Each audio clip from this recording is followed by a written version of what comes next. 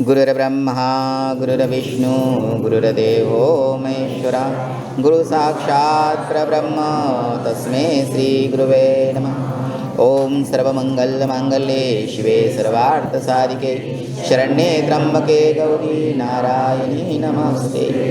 ओम मनोजवं मारुतितुल्यवेगं जितेन्द्रियं बुद्धिमतां वरिष्ठं वातात्मजं वानरयूथमुख्यं श्रीरामदूतं शरणं प्रपद्ये। आज आपल्या हनुमंतरायाच्या भक्तीचा वार आहे। भगवान हनुमान संकटमोचन, आपल्या संकटाचं निवारण करण्यासाठी श्रीराम शक्तिपीठामध्ये ते विराजमान आहेत आणि आपल्या सगळ्यांची श्रद्धा आहे की ते स्वयंभू आहेत। कारण भगवान परमात्मा हा सत्य नित्य सनातन हा परमात्मा सदा सर्वदा प्रत्यक्षात अप्रत्यक्षात असतो। प्रत्यक्षात आणि अप्रत्यक्षात का बरं गुरुदेव म्हणतात? प्रत्यक्षात म्हणजे मूर्तीच्या जरी रूपाने तो किंवा इतर जीवांच्या रूपाने जरी दिसत असेल तर तो प्रत्यक्षात आहे। कारण आपली तेवढी श्रद्धा प्रेम आहे, तो आपल्याला दिसत नाही आहे पण त्याच्या कृपेनं आपण सगळं काम करताय म्हणून तो अप्रत्यक्षात प्रत्यक्षात आहे। भगवान परमात्मा कोणी जर चुकला तर त्याला तू चुकला असं म्हणत नाही आहे, कोणी बरोबर असेल तर त्याला तू बरोबर आहेस असं तो कधीच म्हणत नाही आहे। कारण की भगवान परमात्माने जी सृष्टीची जी रचना केलेली आहे त्या सृष्टीच्या रचनेमध्ये कोणावरही अन्याय त्यानं केलेला नाही आहे। कारण की एखादं गणित जर चुकलं तर परत ते मोडून आपल्याला दुसरं करावं लागतं। एखादं वाक्य चुकीचं बोललात तर आपल्याला परत ते वाक्य रिपीट करावं लागतं। तसं भगवान परमात्माची वाणी शुद्ध वाणी आहे। भगवान परमात्मा गीतेमध्ये साक्ष देतात, प्रयाण काले मनसाचलेन भक्त्या युक्तो योगबलेन शैव भ्रुवरमध्ये प्राणमावेश सम्यक सतं परम पुरुषमुपेत्य दिव्यम।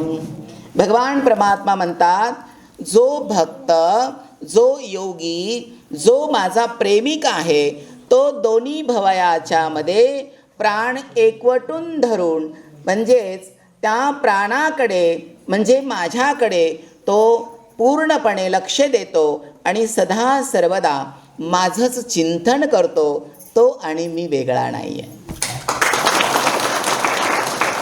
म्हणजे तो प्राणी माझ्या धामाला प्राप्त होतो। कारण की भगवान परमात्मा कुठे नाही आहे? आपल्या धर्मशास्त्रामध्ये सांगितलेलं आहे आणि भगवान परमात्मा भगवान श्रीकृष्ण पण सांगतात की मी कुठे नाही आहे, मी प्रत्येक ठिकाणी आहे। ब्रह्म अर्पणम ब्रह्म हवीर ब्रह्म ब्रह्माग्नो ब्रह्मणाहुतम ब्रह्मेव तेन गंतव्यम ब्रह्मकर्म समाधिना। भगवान परमात्मा पूर्ण विश्वामध्ये व्यापून आहे। बापाचं जे रूप आहे ना तर हे प्रत्यक्षात भगवान परमात्माचं सगुण साकार रूप आहे। आईचं जे रूप आहे ना हे भगवान परमात्माचं सगुण साकार रूप आहे। गुरुवर्यांचं जे रूप आहे ना सगुण रूप आपण सद्गुरूचं बघतात हे प्रत्यक्षात भगवान परमात्माचं रूप आहे। अतिथी जेव्हा आपल्याकडे येतात तो अतिथी काही साधारण नसतो। आपल्याला असं वाटतं की तो माझा नातेवाईक आहे किंवा माझ्या सुनेचा नातेवाईक आहे किंवा हा आमचे ते लांबलचे पाहुणे आहेत। लांबलचे पाहुणे आपल्याकडे येऊ शकत नाही आहे, तो देव म्हणून तुमच्याकडे आलेला आहे। कारण की ज्यांच्याकडे खूप पाहुणे येतात ते किती भाग्यवान लोक आहेत आणि ज्यांच्याकडे जास्त पाहुणे येतात त्यांना पाहुण्यांचा कंटाळा नाही ना असं समजायचं की खरोखर ते देवाचे परम भक्त आहेत। आणि बोलवतात तरी पाहुणे येत नाही समजायचं रामकृष्णारी। कारण की ज्या लोकांना एक माणुसकी आहे, ज्या लोकांना सर्वांबद्दल प्रेम आहे, आपुलकी आहे, त्याच्याच घडी जास्त लोक जातात। आणि आपल्या धर्मसंस्कृतीमध्ये वेदांनी वर्णन केलेलं आहे. मातृदेव भव, पितृदेव भव, आचार्य देव भव, अतिथी देव भव. कारण की हे सर्व ईश्वराचे रूप आहेत आणि आपण त्यांच्याशी तसाच संवाद केला पाहिजे. आपण त्यांच्याशी तसंच देवासारखं वागलं पाहिजे. आता जीवन जगत असताना जीवनामध्ये खूप प्रश्न असतात. प्रत्येक प्रवचनामध्ये गुरुदेव सांगत असतात. आता काही लोक असे आहेत की त्यांचे प्रश्न वर्षभर, 6 महिने, 2-2 वर्षे, 10-10 वर्षे प्रश्न सुटत नाही आहे. पण ते जगताय ना लोक. ज्यांचा प्रश्न सुटत नाही तोही जगत आहे आणि ज्याचा प्रश्न लगेच सुटलेला आहे तोही जगत आहे. ही भगवंताची कृपा आहे. म्हणून तुम्ही प्रश्नाकडे लक्ष देऊ नका. मला खूप महत्त्वाचं तुम्हाला सांगायचं, प्रश्नाकडे लक्ष देऊ नका. माझा प्रश्न, ज्यांना खरंच देवाचं दर्शन व्हायचं असेल ना, खरंच भगवंताला त्यांची भक्ती आवडत असेल ना, तर भगवान परमात्मा त्यांना लवकर दर्शन देत नाही आहे. त्यांचा प्रश्न लवकर सोडत नाही आहे. कारण त्यांना बार बार बोलवत असतो. बरोबर आहे. कारण आपण जर मुलगी सासरी जायचे असेल तर बेटा व्यवस्थित जा आणि लवकर ये बरं बेटा. बोलताय का नाही आपण? शाळेत जर मुलगा गेला असेल तर बेटा इकडे तिकडे जाऊ नको, शाळा सुटल्याबरोबर तू घरी ये. मम्मी जर गावाला जात असेल, आई जर गावाला जात असेल तर ते छोटे चिमुकले मुलं आणि मुली, आई लवकर ये, तुझ्याशिवाय आम्हाला करमत नाही आहे. म्हणजे हे जिव्हाळा आहे, प्रेम आहे. आणि तसंच भगवंताचं काम आहे. भगवंताचं काम आहे की बार बार भक्तांनी माझ्याकडे यावं आणि मी त्यांना डोळे भरून बघावं.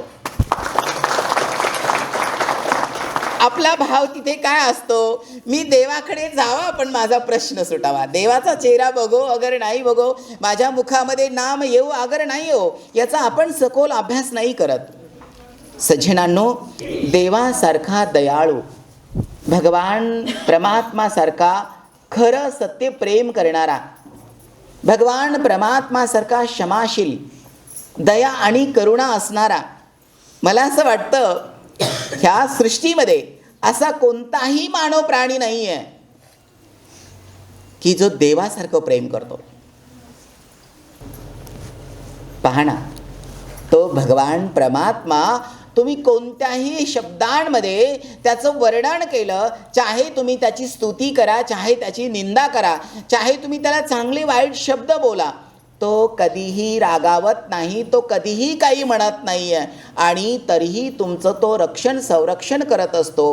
तुम्हाला वेळेवर उठवत असतो, वेळेवर झोपवत असतो, वेळेवरती कर्म करण्यासाठी तुम्हाला ते सुसज्ज करत असतो, तुम्हाला तो तयार करत असतो. आणि म्हणून तो करुणानिधी आहे. मग भगवान परमात्माने काय केलं की मी सर्व लोकांना प्रबोधन करू शकत नाही आहे, आणि मग प्रबोधन करण्यासाठी भगवान परमात्मा साधू संतांच्या रूपामध्ये आले.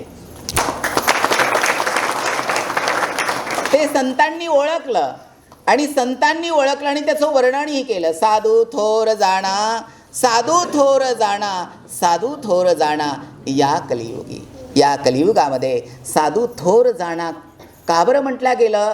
तर साधूसारखी करुणा, साधूसारखं विशाल हृदय, साधूसारखा नम्र भाव, साधूसारखी दया, साधूसारखा क्षमाशील भाव, साधूसारखं शील, साधूसारखं वैराग्य, ज्ञान म्हणजे आणि समर्पण या जगामध्ये तुम्हाला कुठेही बघायला मिळणार नाही आहे. भगवंताची भक्ती लोभानं केली की भगवान परमात्मा त्यांना देतो, पण त्याचा आणि देवाचा काही संबंध नसतो. म्हणून साधू थोर का म्हटलेला आहे? तर साधूने 6 सोडलेले आहेत. 6 म्हणजे काय? काम, क्रोध, लोभ, मोह, मद आणि मत्सर. साधू कोणाचा मत्सर करत नाही आहे, तिरस्कार करत नाही आहे. साधू लोभी नसतो. कबीर म्हणतात, कबीरा ये मन लालची समजे नहीं गवार, भजन करन को आलसी खाने को तयार. काही लोक आळस करतात भजन करण्यासाठी, पण खायच्या मात्र वेळ चुकू देणार नाही. नाश्त्याची वेळ नाही, चहाची वेळ नाही. जर दुपारीचं पोटभर जेवण केलं तर झोपायची वेळ चुकणार नाही आहे. बरोबर आहे. राग आला तर कोणाला कसा शब्द प्रयोग करावा हे चुकणारे लोक नाही आहे, बरं का नाही. पण साधू त्यांच्या वेगळा आहे. साधू कसा आहे? साधूला कधी क्रोध नसतो, साधूला कधी लोभ नसतो. संत कबीर म्हणतात, कारण की माझ्या ज्ञानदेवासोबतचे त्या काळातले संत कबीर आहेत. कबीर म्हणतात, तिमीर गया रवी देखते, कुमती गई गुरु ज्ञान, सुमती गई अति लोभते, भक्ती गई अभिमान. संत कबीर म्हणतात, जसा सूर्या सकाळी उगवतो आणि रात्रीचा अंधार नष्ट होतो, तसे एकदा आध्यात्मिक सद्गुरू आपल्या जीवनामध्ये आले की संशयरूपी, दुःखरूपी, कष्टरूपी, क्रोधरूपी, लोभरूपी अंधार आपल्या जीवनातून निघून जातो आणि म्हणजेच कुबुद्धी निघून जाते आणि सुबुद्धी आपल्याला प्राप्त होते. सुबुद्धी अशी आहे, ती सुबुद्धी कोणाचाही मत्सर करत नाही आहे. पण त्या सुबुद्धीने ज्ञानाची जर प्राप्ती झाली, वाचन जास्त झालं, शास्त्र, वेद, पुराण, उपनिषद सगळं करायला लागलं, तो छान कीर्तन करतोय, छान गातोय, तो त्याला 10 रागाचं ज्ञान आहे, ह्या सगळ्या गोष्टी जेव्हा त्याला अवगत होतात आणि मग बाकीचे लोक सगळे छोटे छोटे वाटायला लागतात. सगळ्या प्रकारचं त्याला ज्ञान प्राप्त होतो आणि त्याला असं वाटतं की जे मला येते ते ह्या लोकांना येत नाही आहे. आणि आपोआप त्याचा इगो म्हणजे त्याचा अहंकार वाढतो. भगवान परमात्मा अनुग्रहित करतात त्यांना, बाबा राग चांगला नाही आहे, आणि जर हा राग, हा क्रोध तर तुम्हाला प्राप्त झाला, तर गुरु कृपेनं जी सुबुद्धी तुम्हाला प्राप्त झालेली आहे ती आपोआप निघून जाते. आणि मग मनुष्य काय होतो, काही लोक 10-12 दिवस दारू सोडतात, मलाही आनंद होतो आणि बाकीच्या त्यांच्या फॅमिलीला बी आनंद होतो. म्हणतो एवढा लबाडा असतो की 11व्या दिवशी परत दारू पिऊन आश्रमात येतो. आता लबाडा असला तरी त्या बाईचा नवराही तिलाही सोडता येत नाही, तो माझा शिष्य आहे मलाही सोडता येत नाही आहे, बरोबर आहे का नाही. प्रेमाचे नाते आहेत आणि प्रेमाचे नाते आहेत म्हणून आपण सगळं सहन करताय, बरोबर आहे. सांगायला खूप आनंद वाटतोय, 20,000 ते 25,000 लोकांच्या दारू सुटल्या, हे सत्संग आहे. श्रीराम शक्ती, रामनामामध्ये ताकद आहे. सज्जनांनो, जर तुम्हाला ती कुबुद्धी जर प्राप्त झाली तर ती सुबुद्धी अहंकारामुळे निघून जाते. आणि म्हणून एकच काम करायचं, तुम्हाला सगळ्या जगाचं ज्ञान, सगळ्या जगाचं नॉलेज तुम्हाला असू द्या, तुमच्या डोक्यामध्ये 2 गोष्टी ठेवायच्या. कारण की हे जे मला ज्ञान प्राप्त झाले ना, तर माझ्या गुरु कृपेमुळं, माझ्या गुरुपेक्षा मी मोठा नाही असू शकत. हे मला जे ज्ञान प्राप्त झालंय ना, तर माझ्या आईवडिलांच्या कृपेमुळं. मी जन्मालाच आलो नसतो, आईवडिलांनी मला जन्म दिला नसता, तर गुरु भेटले नसते, गुरुनं ज्ञान नसतं दिलं, बोध नसता झाला, तर मी एवढा ज्ञानी बनलोच नसतो, बरोबर आहे. पण त्याचा तो अहंकार एवढा मोठा असतो, एवढा उंच असतो की तिथं कुणाचा हात पुरत नाही आहे. आणि त्याला गुरुही छोटे वाटायला लागतात आणि आईवडील तर विषयच नाही आहे, आईवडील तर खूपच छोटे वाटायला लागतात. आणि तेव्हा तो आपोआप, मग आता त्याचा दुश्मन कोण आहे? ज्याला अहंकार आहे त्याचा दुश्मन कोण आहे? तर त्याचा दुश्मन कोणी नाही आहे, त्याचा दुश्मन म्हणजे त्याचं अज्ञान आहे. हे कळालं की देव झाला. म्हणून ज्ञानी महात्म्यांनी सांगितलेलं आहे, if any of you desire to follow me, let them deny themselves completely of their ego and possessions and then come unto me.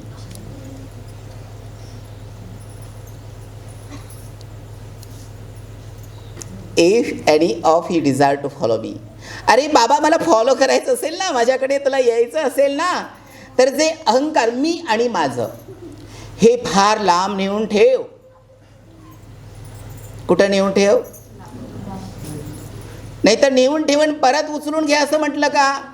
Deny, completely, पूर्णपणे ते सोडून दे आणि देन कम टू मी, नंतर माझ्याकडे खरंच मी तुझा स्वीकार करेल. कारण भगवान परमात्माला अहंकारी लोक कधीही आवडत नाहीत. भगवान परमात्माला अहंकारी लोक कधीही आवडत नाही आहे. कारण की जे ज्ञान आपल्याला प्राप्त झालेलं आहे ही विद्या आहे अपरा. शास्त्राने 2 विद्या सांगितल्यात, एक परा आणि अपरा. अपरा विद्या म्हणजे काय आहे? त्याच्यामध्ये वेद येतात, त्याच्यामध्ये पुराण येतात, त्याच्यामध्ये शास्त्र येतात. हे सगळं जे पुस्तकामध्ये जे ज्ञान आहे ते तुम्ही वाचून अवगत तुम्हाला होऊ शकतं. हे ज्ञान सहज कोणालाही होऊ शकतो. हा काय आगळा वेगळा चमत्कार नाही आहे. पण जे परा विद्या आहे ते परेचं ज्ञान आहे. जगामध्ये हजारो लाखो कोटी लोकांमधून फक्त एकालाच ते होत असतं, ते खरं ज्ञान आहे. जेव्हा अपरा सोडल्याच्या नंतर पराचं तुम्हाला, जेव्हा ती पराविद्या तुम्हाला प्राप्त होते, म्हणजे आपण म्हणताना ब्रह्म आले हाता मग कैची चिंता. एकदा जादूची कांडी म्हणजे देव, एकदा देवच जर आपल्या ताब्यामध्ये आला तर मला असं वाटतं की सगळ्या गोष्टी किती छोट्या छोट्या आहेत.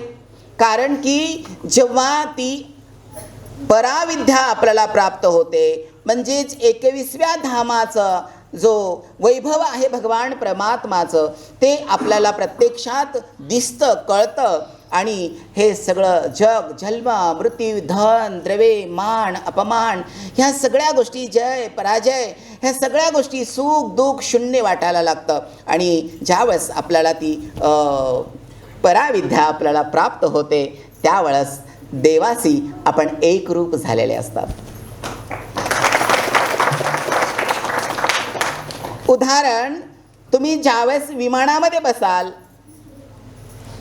विमानामध्ये जेव्हा तुम्ही बसाल आणि या पृथ्वीपेक्षा काही अंतरावर तुम्ही जाल, तुम्हाला खालची किंमत कळते का नाही? पृथ्वीची किंमत कळते का नाही? जेव्हा तुम्ही वरच्या युनिव्हर्समध्ये पूर्ण ग्रहांचा तुम्ही विचार करा आणि ग्रहांचा विचार केल्याच्या नंतर सूर्यासमोर, गुरु बृहस्पतीसमोर, शुक्रासमोर, चंद्रासमोर, सगळ्या ग्रहांसमोर माता पृथ्वी बघा. सूर्याच्या समोर जरी माता पृथ्वी बघितली तर अगदी छोटी दिसते ना, बरोबर आहे ना? त्या पृथ्वीमध्ये मी एक जीव आहे. कल्पना करा, इमेजिंग करा, काही अस्तित्व आहे आपलं? अस्तित्व नसून सध्या भगवान परमात्मा आपल्याला किती छान सांभाळतो, किती कृपा आहे भगवंताची. तुमचे विचार एवढे मोठे असले पाहिजे की एवढी मोठी पृथ्वी आहे. आतापर्यंत बरेच शास्त्रज्ञ लोक होऊन गेले, अभ्यासक लोक होऊन गेले, त्यांनी पृथ्वीचं अंदाजानं मोजमाप केलं. पण आपण टेप घेऊन पृथ्वीचं माप नाही करू शकत, नाही करू शकले. अंदाज आपण काढला असेल पण आपण प्रत्यक्षात नाही बघू शकले. समुद्राची खोली आपण नाही बघू शकले. सूर्यावरती खूप प्रेम आहे पण त्याच्या चरणाचा स्पर्श आपण नाही करू शकत. आपण गरुड जरी झालात तरी सूर्याला स्पर्श करू शकत नाही आहे. तो सर्वांपेक्षा अलिप्त जरी असला भगवान परमात्मा, तर सूक्ष्म रूपाने, आत्मरूपाने तो अनाहत चक्रामध्ये आहे. हे कळालं की तो देव झाला. आपले विचार एवढे मोठे असले पाहिजे, एवढे मोठे विचार असले पाहिजे. जेव्हा तुमचे विचार मोठे होतील तेव्हा तुमची उंची वाढेल. काय वाढेल? उंची वाढण्यासाठी काय काय प्रयोग आपण करतात? उंची वाढावी, मला लोकांनी चांगलं म्हणावं, मला माझी लोकांनी स्तुती करावी, मी सगळ्यांमध्ये चांगला दिसावा, लोकांनी मला माझी वावा करावी, याच्यासाठी किती आपण प्रयत्न करतात. तर हे प्रयत्न जर सोडून दिले आणि गुरुदेव सांगतील ते जर प्रयत्न केले तर खूप छान होईल. कोणते प्रयत्न? माझ्यापासून दुसऱ्याला आनंद मिळाला पाहिजे. माझ्यापासून कोणालाही दुःख होता कामा नाही आहे. माझ्यापासून कोणाचंही मन दुखता कामा नाही आहे. मी लोकांना हवाहवासा वाटलो पाहिजे आणि लोक माझ्या कामाला येऊ किंवा नाही येऊ याचं मला दुःख नाही आहे. पण मी लोकांच्या कामाला यावं ही माझ्या हृदयात नेहमी तळमळ असावी. मी लोकांच्या कामाला आलो पाहिजे. आणि जेव्हा लोकांच्या आपण कामाला येतात ना, तो भगवान परमात्मा सगळ्यांचं योगक्षेम वाहणारा आहे, तो सगळ्यांवरती कृपा करणारा आहे. जेव्हा आपण दुसऱ्याचं काम करतात ना, तेव्हा तो प्रत्यक्षात आपलं काम करत असतो. साधू संतांनी, ऋषी मुनींनी जे ज्ञानी, तत्वज्ञानी, जे ब्रह्मज्ञानी, प्रत्येक जीवाचं ज्यांना ज्ञान आहे, ज्यांना शास्त्राचं ज्ञान आहे, ज्यांना जे खरोखर आध्यात्मिक आहेत, देवाला ते समर्पण झालेले आहेत, त्यांचा जो अंतरीचा भाव आहे तो अगदी अगदी तीर्थापेक्षाही पवित्र आहे. त्या लोकांनी, त्या महात्म्यांनी, त्या महापुरुषांनी भगवान परमात्माच्या या जीवसृष्टीच्या आयोजन नियोजनाला बघितलेला आहे, ओळखलेला आहे, पाहिलेला आहे. म्हणून ज्ञानी महात्मे कधी अहंकार करणार नाही. ज्ञानी महात्मी कधीही कोणाकडे अपेक्षा करणार नाही आहे. अपेक्षा केली की दुःख झालं, अपेक्षा केली की दुःख झालं. कारण मग ती अपेक्षा कोणा केली? आपण केली. ती अपेक्षा जर पूर्ण नाही झाली तर दुःख होतं. पुन्हा अपेक्षा करू नका. कारण की भगवान परमात्मानं पूर्ण गीतेमध्ये सांगितलेलं आहे की कर्म करत राहा अर्जुना, फळाची अपेक्षा करू नको. कारण ती तुझं कर्म जर योग्य असेल तर त्या योग्य कर्माला फळाची प्राप्ती देणं ते माझं काम आहे. जर घागर तुम्ही सोयीशी ठेवलेली आहे आणि ती तुम्ही भरत आहात, ती घागर भरणार आहे का नाही आहे? आणि एक पालती ठेवा, कोणती घागर लवकर भरेल? म्हणजे जी घागर सोयीशी आहे, ज्याचं कर्म चांगलं आहे, त्याला ते फळ मिळणार आहे. आणि कितीही कर्म करत राहिला पण ते कर्मच खोटं आहे तर त्याला त्याचं काही फळ मिळणार नाही आहे. कारण की त्याला माहीतच नसतं. कारण की बघा, नॅचरल आंधळा माणूस असतो ना, नॅचरल आंधळा आहे, खरंच त्याला देवाने दृष्टीच दिलेली, त्याला दिसतच नाही आहे. त्याने काठी हातात घेऊन नाटक केलेलं खूप चांगलं आहे. पण काही लोकांना दिसतंय, ते नाटक करतायत, त्यांच्यासाठी कुठे चष्मा आहे का? म्हणजे जे नकली लोक आहेत, दिसून आंधळ्याचं सोंग घेत आहेत, त्या लोकांची अशी चष्मा किंवा दृष्टी कुठे नाही आहे. ज्या लोकांना चांगलं ऐकू येतं पण बहिऱ्याची ती भूमिका घेत आहे. कारण की ते ऐकून त्यांना ते करायचं नाही आहे, किंवा ते बघून त्यांना त्याच्यावरती काही उत्तर द्यायचं नाही, किंवा ते कर्म त्यांना करायचं नाही. जे आंधळ्याचं, बहिऱ्याचं, मुख्याचं जे रूप सोंग लोक घेतात, ते लोक खरोखर स्वतःचीही प्रगती करत नाही आहे आणि दुसऱ्यांचीही प्रगती करत नाही आहे. आणि म्हणून बोलकेपणा, श्रवण करायला शिका. नवविधा भक्तीमध्ये पहिला प्रथम प्राधान्य दिलं आहे श्रवण भक्ती. श्रवण भक्तीचा अर्थ आहे पहिलं श्रवण करा, दुसऱ्याचं ऐका, भगवंताचं नामस्मरण श्रवण करा. जेव्हा तुम्ही श्रवण करताय याचा अर्थ आहे जेव्हा तुम्ही घेताय तेव्हा तुमच्याकडे परिपूर्ण असतं, तेव्हा तुम्ही देऊ शकता. मी घागरीचं उदाहरण दिलं. ती घागर जर भरलेली आहे तरच तुम्ही कोणाला पाणी त्याच्यातलं देऊ शकाल तांब्या भरून. ती घागर भरली नसेल तर तुम्ही देऊ शकणार नाही आहे. कारण त्या घागरीमध्ये पाणीच नाही तर तुम्ही देऊ शकता, तुमच्याकडेच नाही तर तुम्ही देऊ शकाल का? नाही देऊ शकाल. म्हणून घ्यायला शिका. कारण श्रवण भक्ती म्हणजे दुसऱ्याचं ऐकून घेणं हे खूप चांगलं असतं. आणि सद्गुरूच्या सान्निध्यात जेव्हा आपण जातात, तिथे गेल्याच्या नंतर मला असं वाटतं, मी खूप अंतःकरणापासून तुम्हाला माझं हृदय एक्सप्लेन करत आहे, खूप हितगुज तुमच्याशी मी करत आहे. तर हे खूप तुम्ही तुमच्या आत्मचिंतनाने, आत्मीयतेने तुम्ही ते स्वीकार करायला हवा आहे. कारण की सद्गुरूच्या सान्निध्यात गेलं की मनातला संशय गेला पाहिजे. संशय एवढा मोठा रोग आहे, एवढा मोठा रोग आहे ना. तो कोणती विद्या प्राप्त करू देत, ना कोणतं वाचन करू देत, ना एखाद्या सद्गुरूचा अनुग्रह घेऊ देत, ना तो भगवंताचं चिंतन करू देत, ना चांगलं बोलू देत, ना चांगल्या लोकांवरती विश्वास ठेवू देत. म्हणजे संशय हा रोग आहे. त्याच्यावरती एकच औषधी आहे, भगवंताचं नामस्मरण आणि गुरुची कृपा. एकदा संशय तुमचा गेला की तुम्ही मोठे झाले. तुमची उंची कमी करणारा जे षडविकार आहेत ना, ते षडविकार आहेत. आणि तुमची उंची कमी करणारे तुमचा संशय आहे. म्हणून जे भगवंताचे भक्त आहेत ना, त्यांच्या अंतरंगामध्ये संशय नको, षडविकार नको. वाणी शुद्ध असली पाहिजे, अंतरीचा भाव तो निर्मळ असला पाहिजे, आणि देण्यासाठी इच्छा असली पाहिजे, घेण्यासाठी नाही आहे. घेताना लोकांना किती आनंद होतो. बघा, तुम्हाला सगळ्यांना 10,000 रुपये देऊ द्या, किती आनंदानं घ्याल. तुम्हाला सांगू द्या 20,000 रुपये वापस द्या. म्हणजे घेताना किती आनंदानं घ्याल. बरं चला ठीक आहे, ते 10,000 रुपये मागितले तर देऊ, परत 10,000 रुपये द्यायचेत ना.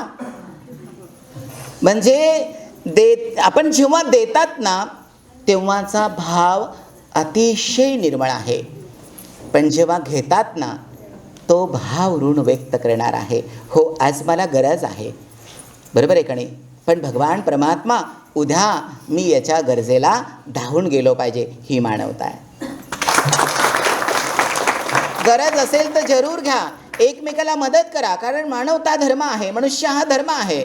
कारण ना एकमेकाला मदत जरूर करायला पाहिजे, पण मदत केल्याच्या नंतर त्याचं ऋण व्यक्त करणं, त्याचं ऋण हृदयामध्ये ठेवणं हे फार गरज आहे, फार कर्तव्याचं आहे. आपण सगळ्यांनी एवढ्या आध्यात्मिक व्यासपीठावरती, तीर्थक्षेत्रावरती आपण सगळे आलेले आहात. आजचा दिवस मी असं म्हणेल की भगवान परमात्माला, चित्रगुप्ताला त्याच्या रजिस्टरमध्ये सगळ्यात महापुण्य म्हणून लिहावं लागेल. कारण की तुमच्या आयुष्यातून पहिल्यानं घडला असेल, कोणाचा अपमान केला नाही आहे. बराच वेळ झाला ना, एवढ्या वेळात मी कोणाचा अपमान केला नाही आहे, मी निंदा केली नाही आहे, निंदा कोणाची ऐकली नाही आहे, कोणाला वाईट शब्द बोललो नाही आहे, अपशब्द बोललो नाही, कोणाचं मन दुखवलं नाही आहे. फक्त आणि फक्त भगवंताच्या चिंतनात बसलो. मग हे महापुण्य नाही का? हे महापुण्य भगवान परमात्मा लिहून घेतील आणि निश्चितच याचं फळ मंगलमय, अगदी गोड तुम्हाला प्राप्त झाल्याशिवाय राहणार नाही आहे. त्याचं नाव सत्संग आहे. कारण साधूची संगती कोणाची करावी हे पण फार महत्त्वाचं आहे. आणि जाता जाता एवढंच सांगेल की मोबाईल जरूर बघा, पण त्याच्यामध्ये जास्त एकरूप होऊ नका. एकरूप व्हायचं असेल तर धर्मकार्यामध्ये एकरूप व्हा, भगवंताच्या नामामध्ये एकरूप व्हा. कोणाला मदत करायची असेल तर त्याच्यामध्ये एकरूप व्हा. कोणाला धावून जायचं असेल दुःखात तर त्याच्यामध्ये एकरूप व्हा. काही कोणाचं अडचणीचं काम करायचं असेल त्याच्यामध्ये एकरूप व्हा. मोबाईलमध्ये सगळ्याच गोष्टी वाईट आणि सगळ्याच गोष्टी चांगल्या नाही आहे. जी गोष्ट महत्त्वाची आहे त्या गोष्टीनं तुमचं कल्याण होणार आहे, आणि जी गोष्ट महत्त्वाचीच नाही आहे तिची अपेक्षा केली तरी कल्याण होणार नाही आहे. म्हणून आपण सगळ्यांनी आज शनिवारी, मला वेड्याला एवढं तुम्ही बडबड करायला लावलं, ही सगळी पुण्याई श्रीराम शक्तिपीठाच्या प्रत्येक साधकाची आणि हनुमंतरायाची आहे. कारण की श्रीराम शक्तिपीठाचे प्रत्येक साधक प्रचार आणि प्रसार करतो आणि हनुमंतराय त्यांच्यावरती कृपा करतात, आणि उलटं मला तुमच्याकडून, हनुमंतरायाकडून आनंद मिळतो. म्हणून मी मला स्वतःला भाग्यवान समजतो. आपण खूप भाग्यवान आहात. हनुमंतरायाकडे मी विनंती करेल, भगवान परमात्मा तुम्हा सर्वांना उदंड आयुष्य देव, आरोग्य चांगलं देव, तुमच्या मनोकामना पूर्ण करो. सर्वांना रामकृष्ण हरी. जय श्री